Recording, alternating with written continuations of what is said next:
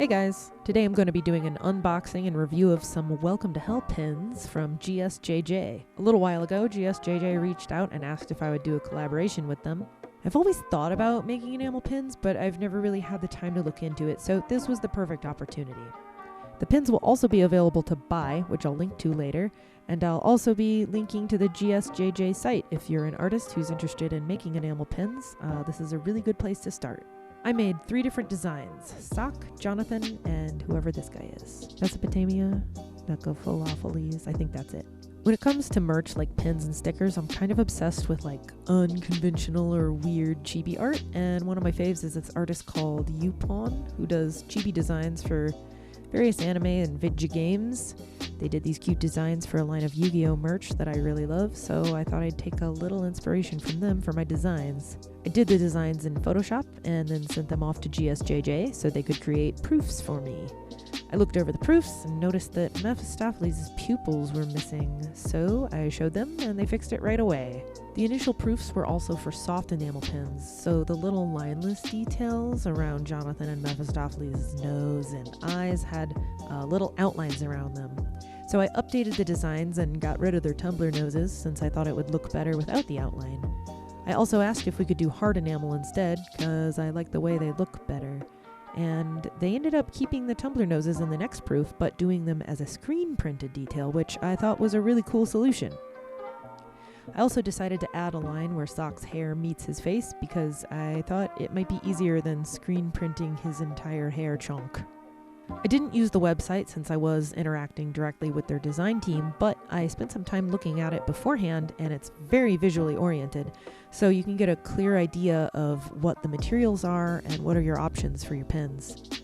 There's really a lot of potential here. They have glitter, glow-in-the-dark, transparent, you can do hanging chains, sliders, and spinners, all kinds of special details to really set your pins apart. You can also get a quote right there on their website instantly. A lot of bulk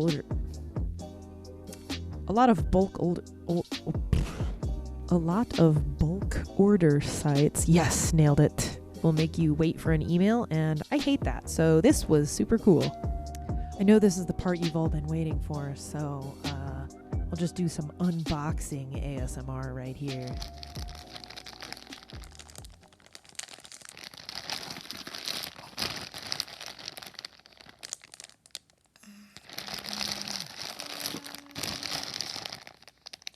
Look at these.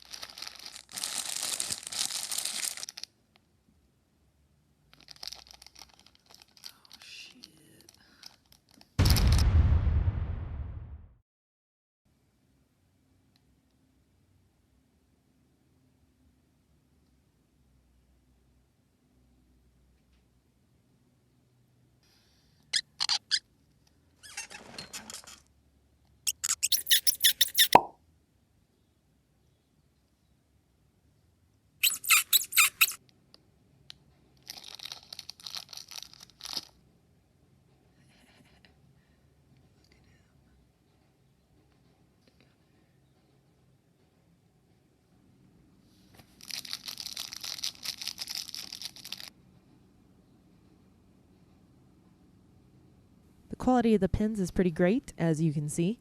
I decided to look through the bag and see if there were any mistakes or noticeable differences, and here's what I found. A few of the sock pins had slightly overfilled enamel, so the metal line art part of the pin is actually thinner.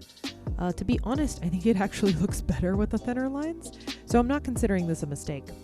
This is the amount of sock pins with thinner lines, and this is the amount of regular pins. So pretty good. Jonathan pins were all really consistent. I didn't find any variance in the Jonathan pins, so that's fitting for his character.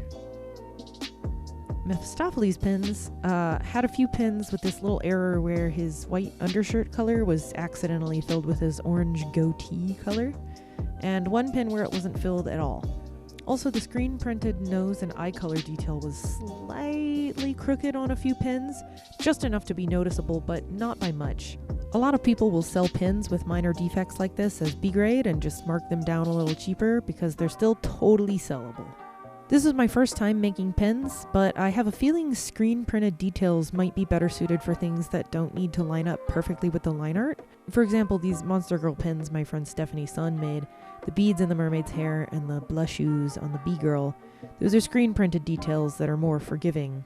Or for that matter, within my order, the stars on Sock's hat are screen printed, and they all came out fine because they're sort of floating in the middle of his ear flaps, not right up against the line art. In any case, this is the amount of pens with the shirt color error. This is how many pens had the screen printing slightly off. And this is the amount of regular pens, so pretty dang good. Just for the hell of it, I ran the quote tool on the pens I designed. Each character used between 5 and 13 colors, was 1.25 inches, and I received 50 pins of each design. I selected the production time that best reflected what they did for me, and each design came to about $200, give or take. If I switched the production time to 30 business days, the slowest you can pick, it gives you an extra 30% discount that put my cost closer to $175 or $180 for each design. So if you're not in a hurry for an upcoming artist alley or something, you can definitely save yourself some dough this way. GSJJ pens are a factory direct price. There is no minimum for custom pens. The design and artwork proofing is free. The shipping is free for US, UK, CA, and AU. Really cool of them to do free shipping for people who live in alternate universes. Barista Erica in the coffee shop AU would love that. Production and delivery was quick, 15 business days to make the pins, and I'm not sure exactly how long the shipping was, but based on my emails, it looks like it was maybe 4 or 5 days. It was bonkers fast. Overall, I think these pins came out excellent. They are so cute. The experience working with GSJJ was a breeze. They were super responsive and helpful, even though I had a lot of questions. They made the whole process super easy, and I definitely order from them again. If you're an artist looking to create pins to sell online or at artist alleys, GSJJ would be a great place to start. As promised, here are the links to GSJJ's website and links to go buy these pins while they still last.